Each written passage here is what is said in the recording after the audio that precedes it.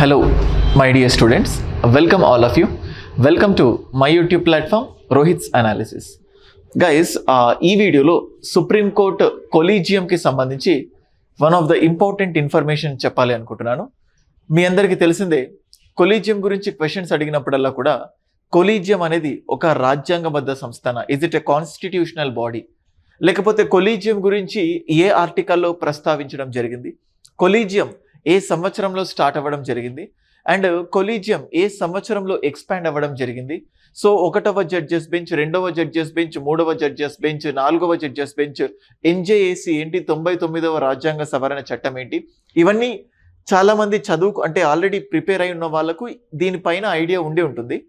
So ఇప్పుడు నేను చెప్పబోయే టాపిక్ ఏంటంటే, జనరల్గా మనం చెప్తుంటాము కొలీజియం రాష్ట్రపతికి సిఫారసు చేస్తుంది, రాష్ట్రపతి వాళ్ళను నియమించాలి. కానీ కొలీజియం చెప్పిన వాళ్ళను రాష్ట్రపతి తప్పకుండా నియమించాలా, లేకపోతే ఇమ్మీడియట్గా వాళ్ళని అపాయింట్ చేయాలా, లేకపోతే ఇందులో ఏమైనా డిలేస్ ఉండొచ్చా అంటే ఈ క్వశ్చన్కి సంబంధించి చాలాసార్లు స్టూడెంట్స్ అడిగినా కానీ, మనం అంతకుముందు జరుగుతున్న లేకపోతే ఇప్పుడు జరుగుతున్న సిచ్యువేషన్స్ కానీ, ఆ ఎగ్జాంపుల్స్ కానీ చూస్తూ ఉంటే ఇదొక కొలీజియం అనే దానికి సంబంధించి అదొక రాజ్యాంగబద్ధ సంస్థ కాదు. కాబట్టి ఇది మనం ఏర్పాటు చేసుకున్న ఒక సంప్రదాయం, ఒక కన్వెన్షన్. సో దాని గురించి సుప్రీంకోర్టు ఒక స్టేట్మెంట్ ఇచ్చింది రీసెంట్ టైమ్స్లో. జస్ట్ ఈ వీడియో ఇవాళ November 8th, అంటే ఈ వీడియో ఎప్పుడు డిస్ప్లే అవుతుందో తెలీదు, November 8th రోజు ఈనాడు పేపర్లో కొలీజియం సిఫారసుల పెండింగ్ పై సుప్రీంకోర్టు అసంతృప్తి, అంటే don't bypass the judges names over political links, supreme court tells the centre అని చెప్పేసి దీనిపైన ఒక క్వశ్చన్ రావడం జరిగింది. So let us discuss about these things. So దీని గురించి ఏమున్నాయి ఏంటి అని చెప్పేసి, బేసికల్గా కొలీజియం సిస్టమ్ అనేది 1993లో ఇవాల్వ్ అవ్వడం జరిగింది. 1993లో కొలీజియం అంటే దీనిపైన సుప్రీంకోర్టు ఏమని స్టేట్మెంట్స్ ఇచ్చిందంటే, కొన్నిసార్లు కొంతమంది జడ్జెస్ అపాయింట్మెంట్ గురించి సుప్రీంకోర్టులో జడ్జెస్ అపాయింట్మెంట్ అయినా, హైకోర్టులో జడ్జెస్ అపాయింట్మెంట్ అయినా, లేకపోతే హైకోర్టులో నుంచి జడ్జెస్ ట్రాన్స్ఫర్కి సంబంధించి అయినా కొలీజియంగా ఉన్న మేము ప్రెసిడెంట్కి సిఫారసు చేస్తున్నప్పుడు కొంతమందిని మీరు వెంటనే ఇమీడియట్గా అపాయింట్ చేస్తారు, సంతోషమే. కానీ కొంతమంది విషయంలో అపాయింట్మెంట్ చేయట్లేదు. ఎందుకు అపాయింట్మెంట్ చేయట్లేదు అనుకుంటే, వాళ్ళ యొక్క ఇంటర్నల్ ఎంక్వైరీలో ఈ so and so judge so and so political పార్టీకి అఫిలియేట్ అయి ఉన్నారు అని ఆ కారణాలతోటి పొలిటికల్గా ఏమైనా ప్రొవకేషన్స్, నెగటివ్ ఇండికేషన్ జరుగుతాయా ఏమో అన్న ఉద్దేశంతో వాళ్ళను అపాయింట్ చేయకుండా ప్రెసిడెంట్ అలాగే ఉంచడం జరిగింది. ప్రెసిడెంట్ అంటే ఇక్కడ సెంట్రల్ గవర్నమెంట్ వాళ్ళని అపాయింట్ చేయట్లేదు. సో ఇక్కడ మనం గమనించాల్సింది ఏంటంటే, కొలీజియం సిఫారసు చేసిన వాళ్ళను రాష్ట్రపతి తప్పకుండా నియమించాలి అంటే దానిపైన సందిగ్ధత ఉంది. సో దీని గురించి ఖచ్చితంగా అపాయింట్ చేయాలనే రూల్ ఎక్కడా కూడా లేదు. కొలీజియం సిఫారసు చేసిన వెంటనే రాష్ట్రపతి ఆమోదించాలి అంటే దానిపైన కూడా రాంగ్ అని చెప్పుకోవచ్చు. కొలీజియం సిఫారసు చేసిన తర్వాత రాష్ట్రపతి ఎన్ని రోజుల్లో దాన్ని ఆమోదించాలి అనే దానిపైన స్పష్టత లేదు. అంటే రాష్ట్రపతి ఎన్ని రోజులైనా కూడా వెయిట్ చేయించవచ్చు. సో దానివల్లనే ఇక్కడ ప్రాబ్లం వస్తుంది. సో రాష్ట్రపతి ఎందుకు వెయిట్ చేయిస్తున్నారు అంటే, పొలిటికల్ లీనియేజెస్, పొలిటికల్గా ఒక పొలిటికల్ పార్టీకి ఇంకొక పొలిటికల్, అంటే ఒక సుప్రీంకోర్టు అపాయింట్ అవ్వబోయే జడ్జ్, లేకపోతే హైకోర్టు నుంచి బదిలీ కాబోయే జడ్జ్ ఎవరైతే ఉన్నారో వాళ్ళకు సంబంధించి అంటే పొలిటికల్ అఫిలియేషన్స్ ఉంటే, పొలిటికల్ కనెక్షన్స్ ఉంటే తీర్పు వాళ్ళకు ఫేవర్గా ఉంటుంది, అగెయిన్స్ట్ ఫేవర్గా ఉంటుంది అని చెప్పే ప్రయత్నం చేసింది. సో మనం ఇప్పుడు డిస్కస్ చేస్తే ఇక్కడ ఈ దాంట్లో సుప్రీంకోర్టు ఏం చెప్పిందంటే, ఆల్మోస్ట్ 40% ఆఫ్ ద స్టేట్స్లో సెంట్రల్ గవర్నమెంట్ కాకుండా దానికి అగెయినెస్ట్ వేరే రిలేటెడ్ పొలిటికల్ పార్టీస్ ఉన్నాయి. 40% పొలిటికల్ పార్టీస్ ఉన్నాయి. సో ఇక్కడ సుప్రీంకోర్టు కానీ హైకోర్టు కానీ జడ్జెస్కి సంబంధించిన వాళ్ళు ఏ పార్టీకి సంబంధించకుండా ఖచ్చితంగా అసలు ఏం కనెక్షన్స్ లేకుండా ఉండడం చాలా కష్టం. సో ఏదో రకంగా ఎవరో ఒకళ్ళు ఒక పొలిటికల్ పార్టీకి సంథింగ్ కొంచెం క్లోజరు, కొంచెం ఎక్కువ క్లోజరు ఉంటాడు. దాన్ని బేసిస్గా తీసుకొని మీరు అపాయింట్మెంట్ చేయకుండా ఉంటే ఖచ్చితంగా మేము ఒక కఠినమైన నిర్ణయం తీసుకుంటాము అని చెప్పేసి కొలీజియం దీని గురించి చెప్పడం జరిగింది. సో ఇదే కంటెక్స్ట్లో మెయిన్స్లో మనకు క్వశ్చన్స్ రావడానికి ఛాన్సెస్ ఉన్నాయి. సో ఇప్పుడు సుప్రీంకోర్టు జడ్జెస్ ఎలా నియమించబడతారు, కొలీజియం వ్యవస్థకు సంబంధించి ఏవైనా లోపాలు ఉన్నాయా అంటే how the judges of Supreme Court or High Court will be appointed and what are the steps to be improved with regard to appointment of judges. ఈ కంటెక్స్ట్ లో కూడా క్వశ్చన్స్ రావడానికి ఛాన్సెస్ ఉన్నాయి. So first of all judges appointment గురించి discuss చేస్తే మనకు there is an article 124 of the Indian constitution. Article 124 of the Indian constitution ఇదేం చెప్తుందంటే, దీంట్లో మళ్ళీ నంబర్ ఆఫ్ సబ్ క్లాజెస్ ఉంటాయి, బట్ సింపుల్ గా ఆర్టికల్ 124 గురించి ఏం చెప్తుందంటే, judges of Supreme Court are appointed by president of India. President of India. But before appointing, President will be consulting Chief Justice of India. ఇలా అంటే నేను కొంచెం క్రక్స్గా రఫ్గా మీకు అర్థం చేయడానికి ప్రయత్నించాను. ఆర్టికల్ 124 జడ్జెస్ ని రాష్ట్రపతి నియమిస్తాడు. నియమించే ముందు రాష్ట్రపతి సుప్రీంకోర్టు ప్రధాన న్యాయమూర్తిని సంప్రదిస్తాడు. ఇది దాని మీనింగ్.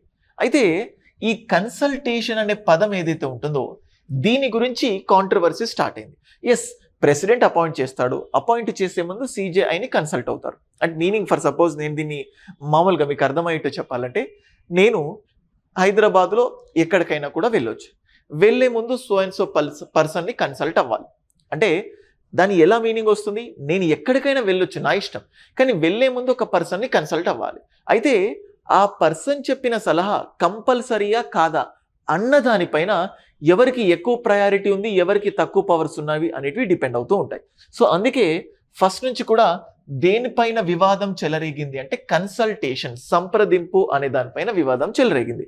అయితే మనకు 1982, సో మీరు నాతో పాటు రాస్తూ ఉండండి. Everything cannot be discussed on the board, రాయలేకపోవచ్చు, బట్ నేను నాతో పాటు మీరు రాసుకోండి. 1982లో దీన్నే ఫస్ట్ జడ్జెస్ కేస్ అని కూడా పిలుస్తాం.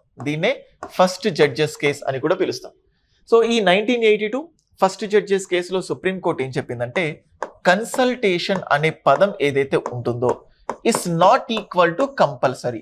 బేసికల్ గా కంపల్సరీ అనే పదం బదులు కాన్కరెన్స్ అనే పదం కనబడుతుంది. బట్ మీకు అర్థం అవ్వడానికి చెప్తున్నాను, సంప్రదింపు అనేది తప్పనిసరి కాదు. అంటే సుప్రీంకోర్టు జడ్జెస్ ని రాష్ట్రపతి నియమిస్తాడు. నియమించే ముందు ప్రధాన న్యాయమూర్తిని కన్సల్ట్ అవుతాడు, సంప్రదిస్తాడు. ప్రధాన న్యాయమూర్తి చెప్పిన సలహా ఏదైతే ఉంటుందో అది కంపల్సరీ కాదు అని చెప్పడం జరిగింది. As it is not compulsory, అది కంపల్సరీ కాదు కాబట్టి పవర్స్ అన్ని ఎవరి చేతుల్లో ఉండిపోయాయి, ప్రెసిడెంట్ చేతిలో ఉండిపోయాయి. మరి ప్రెసిడెంట్ అంటే ఎవరు? జనరల్గా మనం ఆర్టికల్ 74 డిస్కస్ చేస్తే, ప్రెసిడెంట్ తన బాధ్యతల్ని నిర్వర్తించడంలో భాగంగా సలహాలు చెప్పడానికి ప్రధానమంత్రి అండ్ మంత్రి మండలి ఉండాలి అని చెప్తుంది. అంటే ప్రెసిడెంట్ కార్యనిర్వాహక అధినేత, he is the head of the executive. అందుకే గవర్నమెంట్ అంటే ప్రెసిడెంట్ చేసిన ప్రతి పనికి న్యూస్ పేపర్లో ఎక్కడైనా కూడా గవర్నమెంట్ అనే పదం ఉంటుంది. సో బేసికల్గా సిగ్నేచర్ పెట్టనిది ప్రెసిడెంట్, కానీ ప్రభుత్వం ముందుకు తీసుకెళ్లట్లేదు అని మీరు న్యూస్లో చూడొచ్చు. అందుకే ప్రధానం అంటే రాష్ట్రపతి అంటే ఇండైరెక్ట్ గా prime minister and council of ministers. So ఇప్పుడు ప్రెసిడెంట్ కన్సల్ట్ అవుతాడు ఎవరికి అంటే సిజేఐ చెప్తే, సో అంటే ప్రెసిడెంట్ సిజేఐకి కన్సల్ట్ అయినప్పుడు సిజేఐ చెప్పింది ఆయన కంపల్సరీ వినాలా వినకూడదా అనే దానిపైన చర్చ జరిగినప్పుడు నాట్ కంపల్సరీ అని చెప్పింది. అంటే పవర్స్ అన్ని ఎవరి చేతుల్లోకి వెళ్ళిపోయినట్టు? ప్రెసిడెంట్ చేతుల్లోకి వెళ్ళిపోయినట్టు. ప్రెసిడెంట్ చేతుల్లోకి వెళ్ళిపోయాయంటే ఇండైరెక్ట్గా ఎవరి చేతుల్లోకి వెళ్ళిపోయినట్టు? Prime minister and council of ministers చేతుల్లోకి వెళ్ళిపోయినట్టు. అప్పుడు ఏమవుతుంది? రాజకీయంగా ఆలోచించడానికి ఛాన్సెస్ ఉన్నాయి. ఎప్పుడైనా కూడా ఒక న్యాయ వ్యవస్థలో పొలిటికల్ పార్టీ, జనరల్గా రూలింగ్ పార్టీ అంటే ఖచ్చితంగా అది ఒక పొలిటికల్ పార్టీయే. సో ఈ న్యాయమూర్తుల నియామకంలో రాజకీయ పార్టీల జోక్యం లేకపోతే గవర్నమెంట్ ప్రభుత్వం యొక్క జోక్యం ఉంటే ఖచ్చితంగా వాళ్ళు స్వతంత్రంగా తీర్పులు అనేటిది ఇవ్వరు. ఒకవేళ సుప్రీంకోర్టులోని న్యాయమూర్తులకే స్వతంత్రత లేకపోతే డెఫినెట్గా ఈ అంటే కార్యనిర్వాహక వర్గం, శాసన వర్గం, న్యాయవర్గం వీళ్ళందరి మధ్యలో కాన్ఫ్లిక్ట్స్ రావడానికి ఛాన్సెస్ ఉంటాయి. అలా కాకుండా ఉండాలంటే ఎవరికి వాళ్ళకు పవర్స్ అనేటివి సపరేట్గా ఉండాలి. ఇలా అంటే ఇప్పుడు వీళ్ళ నియామకం ప్రెసిడెంట్ చేతుల్లో ఉంటే ఇండైరెక్ట్గా పొలిటిసైజ్ అవ్వడానికి ఛాన్సెస్ ఉంటాయి. కానీ ఇలాంటి తీర్పుని సుప్రీంకోర్టు ఎందుకు ఇచ్చిందంటే దానికి మళ్ళీ డిఫరెంట్ ఎక్స్ప్లెనేషన్స్ ఉంటాయి. But let us see that later on. కానీ ఇక్కడ సుప్రీంకోర్టు కొంచెం నారోగా ఆలోచిస్తూ, సంకుచితంగా ఆలోచిస్తూ consultation is not equal to compulsory అని చెప్పడం, పవర్స్ అన్ని ఎవరి దగ్గర ఉండిపోవడం జరిగింది? ప్రెసిడెంట్ చేతుల్లో ఉండిపోవడం జరిగింది. సో దీని ఒక రకంగా నెగిటివ్గా చూస్తూ ఉంటారు. ఆ తర్వాత 1993లో దీన్నే సెకండ్ జడ్జెస్ కేస్ అంటాం. సో ఈ సెకండ్ జడ్జెస్ కేసులో ఫస్ట్ చూస్తే సుప్రీంకోర్టు ఈ ఫస్ట్ జడ్జెస్ కేసు ఏదైతే ఉంటుందో SP Gupta versus union of India అని కూడా పిలుస్తాం. సెకండ్ జడ్జెస్ కేసుని ఏమంటారంటే supreme court advocates on record versus union of India. ఆ కేసులో ఇక్కడ ఏం చెప్పిందంటే సుప్రీంకోర్టు తన తప్పు తెలుసుకోవడం జరిగింది, లేకపోతే తన తీర్పుని మార్చడం జరిగింది. Consultation is equal to compulsory అని చెప్పడం జరిగింది. అంటే సంప్రదింపు అనేది ఏదైతే ఉంటుందో అది తప్పనిసరి చేయడం జరిగింది. అంటే రాష్ట్రపతి ప్రధాన న్యాయమూర్తిని సంప్రదిస్తాడు, ప్రధాన న్యాయమూర్తి చెప్పింది కంపల్సరీగా రాష్ట్రపతి పాటించాలి. సో అది దీని యొక్క మీనింగ్. అప్పుడు పవర్స్ అన్ని ఎవరి చేతుల్లోకి వెళ్ళిపోయాయి? సిజేఐ చేతుల్లోకి వెళ్ళిపోవడం జరిగింది. అయితే సిజేఐ సలహా చెప్పాలి, కానీ సిజేఐ సలహా చెప్పే బదులు అంటే ఆయన ఇంకొక ఇద్దరు సీనియర్ న్యాయమూర్తుల్ని సంప్రదించాల్సి ఉంటుంది. ఎవరిని? ఇంకొక ఇద్దరు సీనియర్ న్యాయమూర్తుల్ని సంప్రదించాల్సి ఉంటుంది. ఇప్పుడు ఈ సిజేఐ ప్లస్ 2 సీనియర్ జడ్జెస్ వీళ్ళు చెప్పింది కంపల్సరీగా రాష్ట్రపతి వాళ్ళనే అపాయింట్ చేయాల్సి ఉంటుంది. కానీ మనకి ఇప్పుడు ఇచ్చిన థింగ్స్లో ఏమవుతుందంటే ఈ కొలీజియం అంటే ఈ ముగ్గురు బాడీ ఏదైతే ఉంటుందో దీన్నే మనం ఏమంటున్నామంటే కొలీజియం అంటాం. సో ఇప్పుడు ప్రాబ్లం ఎక్కడి నుంచి స్టార్ట్ అయిందంటే ఈ కొలీజియం చెప్తుంది సో ఈ సో అండ్ సో జడ్జెస్ని అపాయింట్ చేయండి అని, కానీ ప్రెసిడెంట్ దాన్ని డిలే చేస్తున్నాడు. అంటే నో చెప్పట్లేదు, ఎస్ చెప్పట్లేదు, డిలే చేస్తున్నాడు. ఇది ఒక కాన్స్టిట్యూషనల్ క్వశ్చన్. కొలీజియం అనేది కాన్స్టిట్యూషనల్ బాడీ కాదు, ఇది ఒక అంటే చూడండి సంప్రదాయంగా సుప్రీంకోర్టు తీర్పుల నుంచి వచ్చిన ఈ సంస్థ ఇది కొలీజియం అనే ఒక group. So supreme court advocates on record versus union of India అనే కేసులో consultation is equal to compulsory అని చెప్పడం కాకుండా సిజేఐ తన ఒపీనియన్స్ని చెప్పేటప్పుడు ఇంకొక ఇద్దరు సీనియర్ న్యాయమూర్తుల్ని సంప్రదించి ఈ ముగ్గురు చెప్పింది కలిసి అనుకున్నది ప్రెసిడెంట్కి చెప్తే ప్రెసిడెంట్ అపాయింట్ చేయాలి. అయితే ఇందులో సిజేఐకి వీటో పవర్. సిజేఐ వద్దు అనుకుంటే అపాయింట్మెంట్ అక్కడితో ఆగిపోతుంది. సిజేఐ ఒప్పుకున్న తర్వాత మిగతా ఇద్దరు జడ్జెస్తో మాట్లాడి మెజారిటీ ప్రకారం దాని ప్రకారం ముందుకెళ్తారు. కానీ ఇందులో ఖచ్చితంగా సిజేఐకి వీటో పవర్ ఉంది. సో ఇక్కడ నుంచి స్టార్ట్ అయింది కొలీజియం సిస్టమ్. ఏ సంవత్సరంలో స్టార్ట్ అయింది? 1993. సో అది ఎక్కడా కూడా లేదు రాజ్యాంగంలో దాని గురించి. సో ఈ ఆర్టికల్ 124 ఏదైతే ఉంటుందో దీన్ని సుప్రీంకోర్టు వ్యాఖ్యానం చేసే క్రమంలో వచ్చింది కొలీజియం. అంటే supreme court is the final interpreter of the constitution అంటాం. ఎందుకు అంటే సుప్రీంకోర్టు ఎందుకే final interpreter of the constitution అంటే నేను ఎప్పుడు చెప్తుంటాను స్టూడెంట్స్కి. ఇప్పుడు ఫర్ సపోజ్ ఒక 10th class student 6th class student దగ్గరికి వెళ్ళి ఒక పారాగ్రాఫ్ తన ముందు పెట్టి దీని మీనింగ్ ఏంటి అని అడిగితే 6th క్లాస్ స్టూడెంట్ తనకున్న నాలెడ్జ్తో దీని మీనింగ్ అని చెప్తాడు. కానీ ఒకవేళ తను తప్పు చెప్పినప్పుడు ఈ 10th క్లాస్ స్టూడెంట్ ఏం చేస్తాడు? ఇది కాదు చిన్న, దీని మీనింగ్ నువ్వు అర్థం చేసుకుంది తప్పు, అసలు మీనింగ్ ఇది అని చెప్తాడు. 10th క్లాస్ స్టూడెంట్ ఎందుకు కరెక్ట్ చెప్పగలుగుతున్నాడు? నాలెడ్జ్. సేమ్ అలాగే ఇక్కడ 6th క్లాస్ స్టూడెంట్ ఏమో పౌరులు, ఈ 10th క్లాస్ స్టూడెంట్ ఏమో సుప్రీంకోర్టు ఇప్పుడు సాధారణ పౌరులు రాజ్యాంగాన్ని వాళ్ళ ముందు పెట్టి దీని మీనింగ్ ఏంటంటే వాళ్ళకి సరిగ్గా అర్థం అవ్వకపోవచ్చు. ఆ రాజ్యాంగం యొక్క అసలైన మీనింగ్ని సుప్రీంకోర్టు చెప్తుంది. అందుకే supreme court is the final interpreter of the constitution.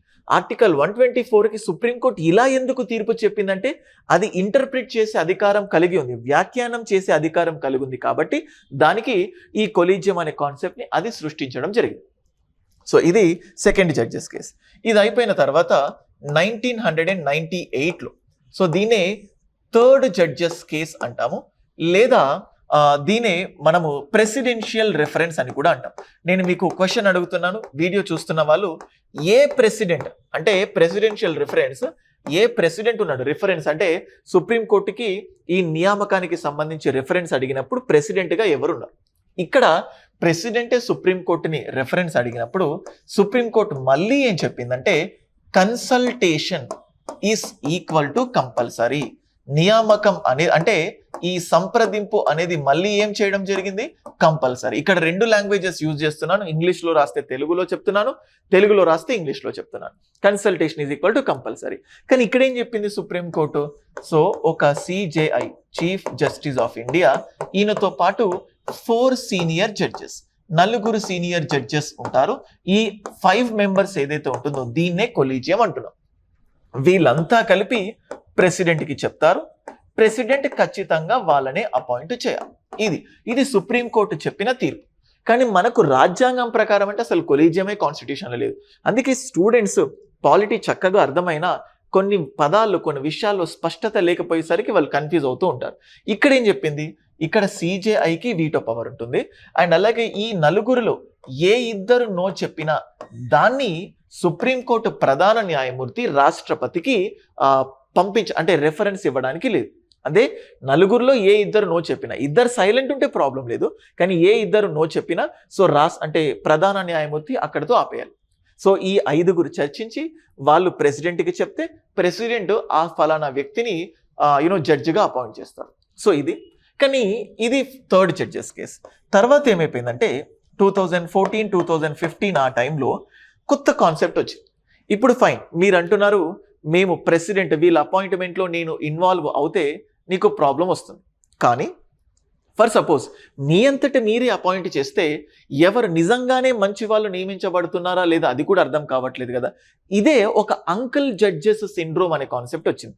సుప్రీంకోర్టులో ప్రతి న్యాయమూర్తి ఇంకొక న్యాయమూర్తికి, కొత్తగా నియమించబడే న్యాయమూర్తికి ఏదో ఒక కనెక్షన్ ఉంది. సో దాన్ని ఓవర్కమ్ చేయాలి. సో ఇలా కాదు, మొత్తం మేమే ఉంటే ప్రాబ్లం అవుతుంది. అంటే ప్రెసిడెంట్ చేతుల్లో పవర్ ఉంటే ప్రభుత్వం డామినేట్ చేస్తుంది అంటున్నారు.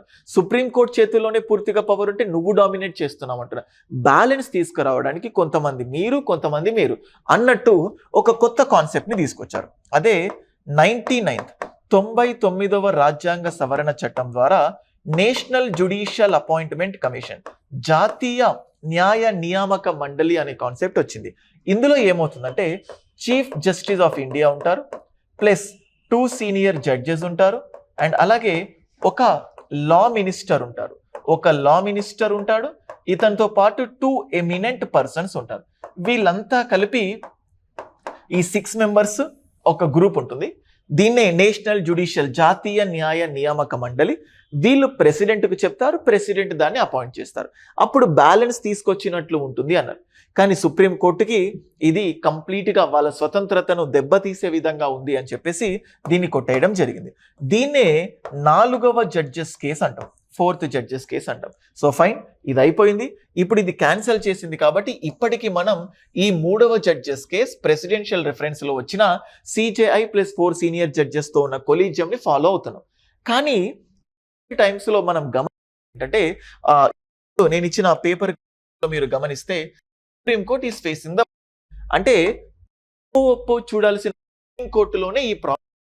సో ఇక్కడ ఏమో ఎవరినైతే రికమెండ్ చే సో ఒక నలుగురిని రికమెండ్ చేయట్లేదు, ఇద్దరు మీటింగ్ పెడుతున్నారు, పొలిటికల్ రీజన్స్ చూపిస్తున్నారు. జడ్జి కూడా పొలిటికల్ కనెక్ట్ లేకుండా ఉండడం అసలు. ఇలా చేస్తే యొక్క పనితీరు పైన చూపుతుంది. ఒక కఠినమైన తీసుకోవచ్చు, ఇలా రిపీట్ కాకుండా అని సుప్రీంకోర్టు చెప్పింది. అండ్ అలాగే నేను మీకు కాన్సెప్ట్ లో కోర్టు ఇచ్చిన జడ్జిమెంట్ కోర్టే మార్చింది. ముందు చూస్తే is not equal to compulsory, consultation is equal to compulsory. Judgement ని అదే అంటే ఎస్ మార్చొచ్చు. దాన్నే మనం రివరీ పరిధి అంటాం. అంటే ఆర్టికల్ 7 రివరీ ఆఫ్ ద సుప్రీం కోర్ట్ చెప్తుంది. ఓకేనా?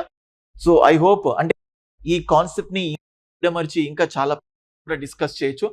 Don't want to too much. ఇలా దీని నుంచి మీకు ఎక్స్ప్లెయిన్ జరిగింది. సో హైకోర్ట్ లో కూడా హైకోర్టు జడ్జెస్ ని అపాయింట్ చేసేది కూడా ప్రెసిడెంటే. సో ఈ హైకోర్టు ట్రాన్స్ఫర్ కూడా సేమ్ ప్రొసీజర్ లో ఉంటుంది.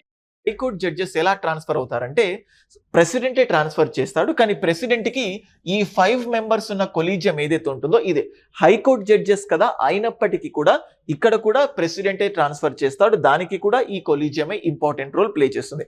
అయితే ప్రెసిడెంట్ వీళ్ళను మాత్రమే కాకుండా ఏ రాష్ట్రం నుంచి ఏ రాష్ట్రానికి వెళ్తున్నారో ఆ 2 రాష్ట్రాల యొక్క గవర్నర్లను, ఆ 2 రాష్ట్రాల యొక్క హైకోర్టు ప్రధాన న్యాయమూర్తులకు కూడా ఒక మాట చెప్పొచ్చు. That's it. I hope you like this video. ఇంకేమైనా complicated current affairs related polity questions ఉంటే మీరు పోస్ట్ చేయండి. I will try to make the video as early as possible. Thank you.